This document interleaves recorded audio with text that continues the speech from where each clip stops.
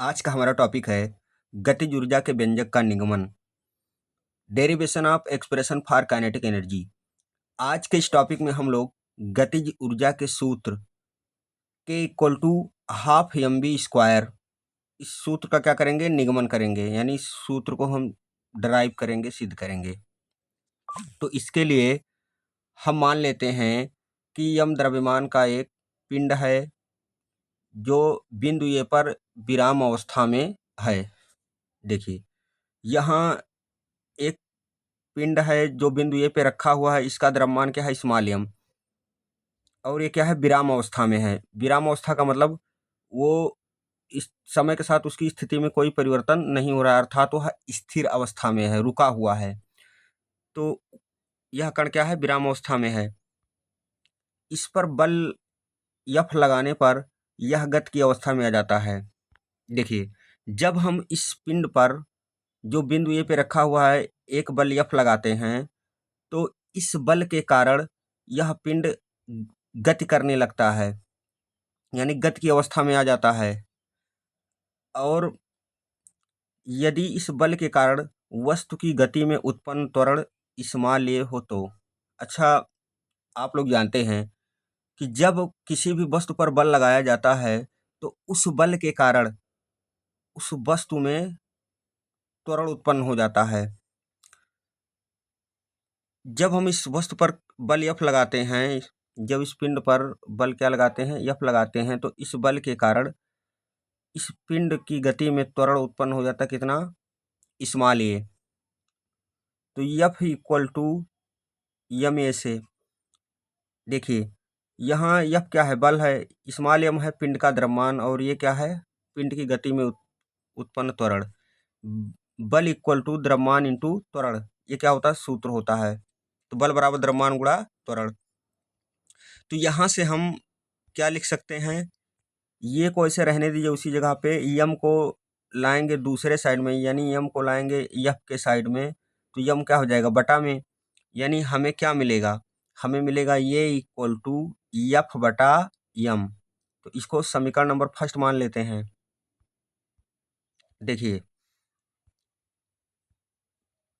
यदि यस दूरी चलने के पश्चात, यानी जब पिंड गति की अवस्था में आ जाता है, तो हम मान लेते हैं कि वह यस दूरी चलने के पश्चात पिंड के द्वारा अर्जित वेग कितना है, v है। यानी देखिए, प्रारंभ में आपका पिंड क्या था, विराम अवस्था में था, यानी रुका हुआ था, लेकिन जब हमने उस पिंड पर बल लगाया तो उस बल के कारण पिंड क्या हो गया, गतिशील हो गया, गति करने लगा। लेकिन बल के कारण पिंड में क्या हो गया, एक त्वरण उत्पन्न हो गया, और इस त्वरण के कारण पिंड का वेग क्या है, लगातार बढ़ रहा है।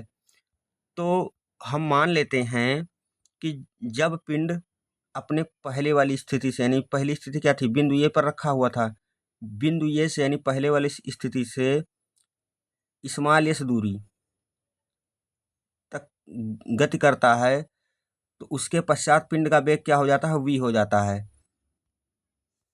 तो पिंड का वेग कितना हो गया, v हो गया। अब देखिए, गति के तृतीय समीकरण से, गति का तृतीय समीकरण हमारा क्या होता है, v square equal to u square plus 2as।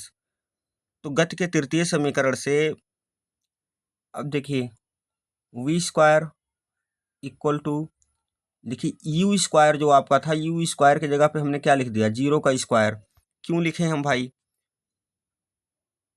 जो यू आपका है क्या है, प्रारंभिक वेग है।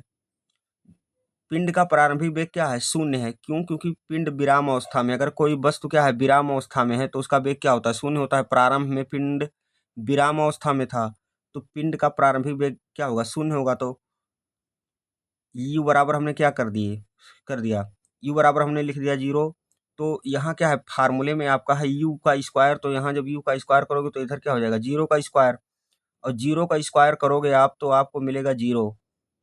तो यू स्क्वायर की जगह पे क्या हो जाएगा, 0 आ जाएगा। अब देखिए आगे, इधर आपका बी स्क्वायर क्या है, लिखा हुआ है, और 0 का स्क्वायर की जगह पे हमने क्या लिख दिया, 0 लिख दिया नीचे। और ऊपर और क्या है, ऊपर 2as है, क्या है, 2as। तो टू गुणा ये के जगह पे हम क्या लिख देते हैं, ये के जगह पे हमने लिख दिया एफ बटा एम। ये के जगह पे एफ बटा एम क्यों लिखे, क्योंकि ये बराबर एफ बटा एम समीकरण नंबर फर्स्ट से लिखे हैं।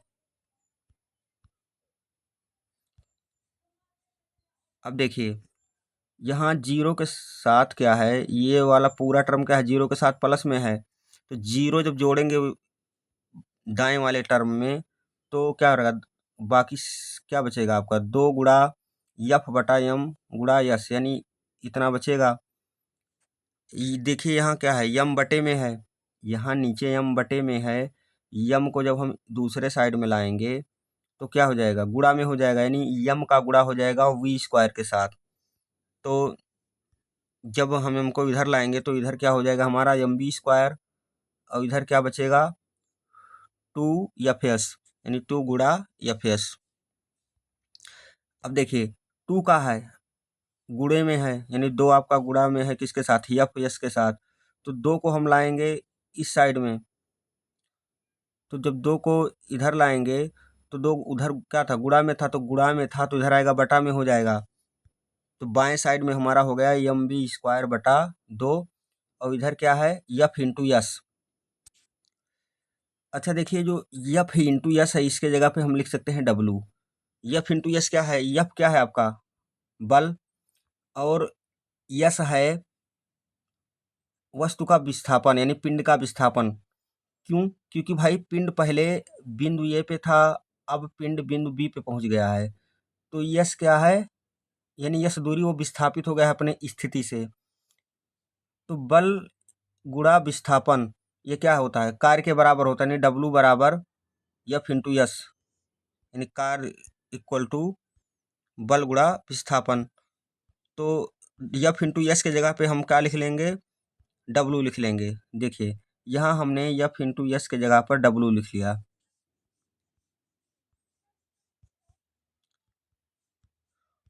और बाएं साइड में हमारा क्या है हाफ एम बी स्क्वायर,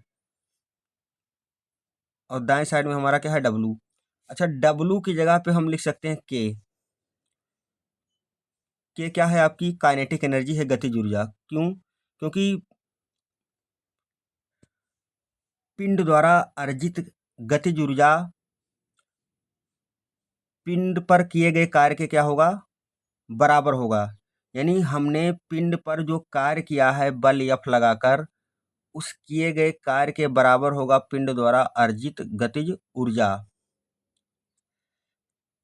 तो जो डब्लू है यानी किया गया कार्य है, उसको हम लिख सकते हैं काइनेटिक एनर्जी के इक्वल, यानी किया गया कार्य क्या होगा गतिज ऊर्जा में होने वाली वृद्धि के बराबर होगा। तो यानी डब्लू जहाँ लिखा है, डब्लू के जगह पे हम क्या लिख सकते हैं, के लिख सकते हैं। तो यहाँ हमने क्या लिख लिया, डब्लू के जगह पे हमने क्या लिख लिया, नीचे के लिख लिया, तो हमको क्या मिल गया, K equal to half m v square, या इसको इस प्रकार से लिख सकते हैं क्या, बाएं सॉरी दाएं वाले को बाएं साइड में लिख लो, बाएं वाले दोनों को कनेक्ट का मतलब है शिफ्ट कर दो, तो हमें मिल जाएगा K equal to half m v square. यही क्या है गतिज ऊर्जा का सूत्र है।